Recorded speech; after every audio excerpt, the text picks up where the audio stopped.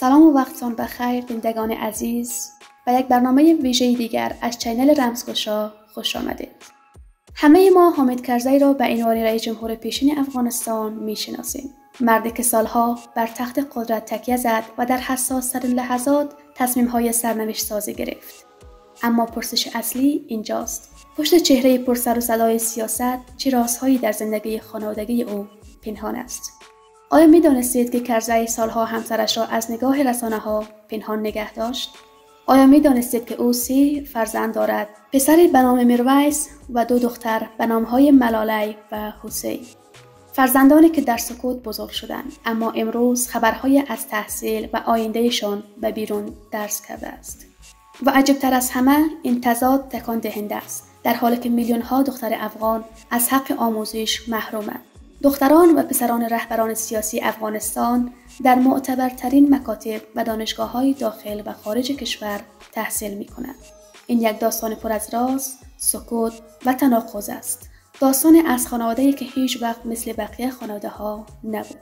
آماده باشید تا پرده از اسرار زندگی شخصی حامد کرزی برداریم. رازهایی که سالها در پشت دیوار سیاست مخفی ماندند. پس تا پایان ویدیو با ما همراه باشید و فراموش نکنید نظرات و دیدگاه‌های خود را در بخش کامنت‌ها با ما شریک سازید.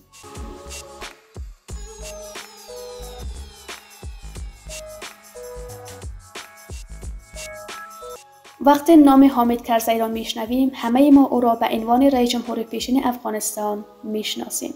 مردی که سالها در قلب سیاست این کشور بود، با قدرتمندترین رهبران جهان دیدار داشت و در حساس‌ترین لحظات تاریخ تصمیم‌های بزرگ گرفت.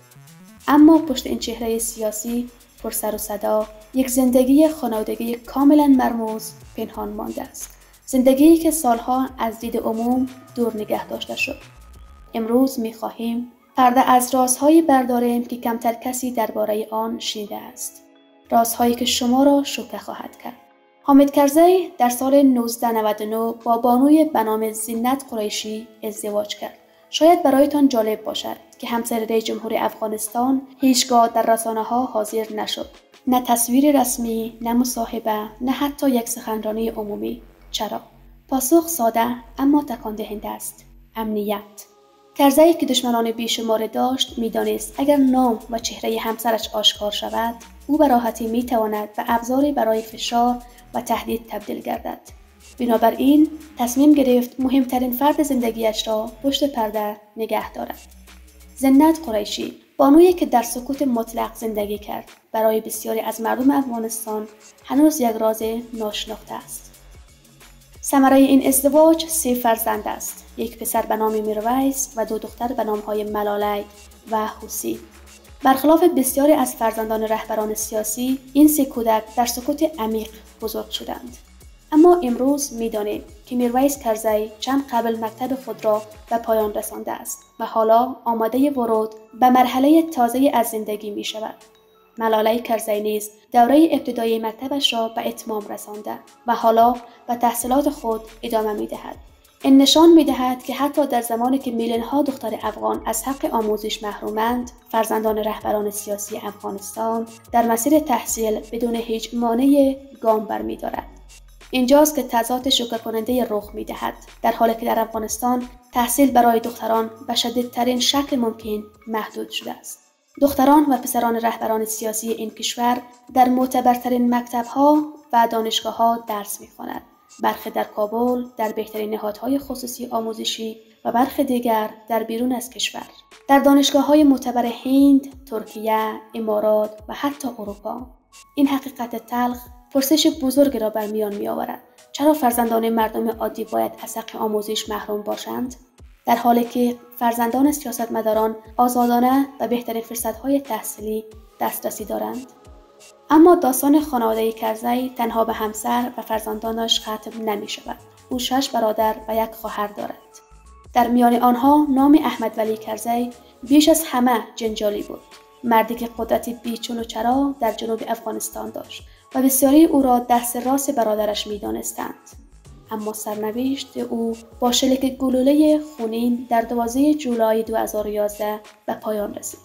ترور احمد ولی کرزی توسط طالبان نه تنها خانواده کرزی را در شوک فرو برد، بلکه سراسر افغانستان را تکان داد. مرگ او پر از پرسش‌های بی‌پاسخ باقی ماند. چه کسی پشت این ماجرا بود؟ چرا و چگونه توانستند به قدرتمندترین مرد جنوب دست یابند؟ تمام این قطعات را که کنار هم بگذاریم، تصویر عجیب از زندگی حامد کرزی نمایان می شود. مردی که در صحنه سیاست یکی از شناخته ترین چهره هاست، اما در صحنه زندگی شخصیش همه چیز را در پرده از راز فرو برده است. همسری که در سکوت کامل زیست، فرزندانی که در بهترین شرایط تحصیل کردند و برادری که با مرگ خونین نامش را جاویدانه ساخت. در نهایت این سوال همچنان بی پاسخ باقی میماند. آیا روز تمام رازهای پشت پرده خانواده حامد کرزی برملا خواهد شد؟ آیا فرزندان او همانند پدرشان پا به میدان سیاست خواهند گذاشت یا ترجیح می‌دهند در سکوت بمانند؟ آنچه مسلم است این است که زندگی خانوادگی حامد کرزی درست مثل تاریخ سیاسی خودش پر از تناقض، پر از معما و پر از رازهای ناگفته است.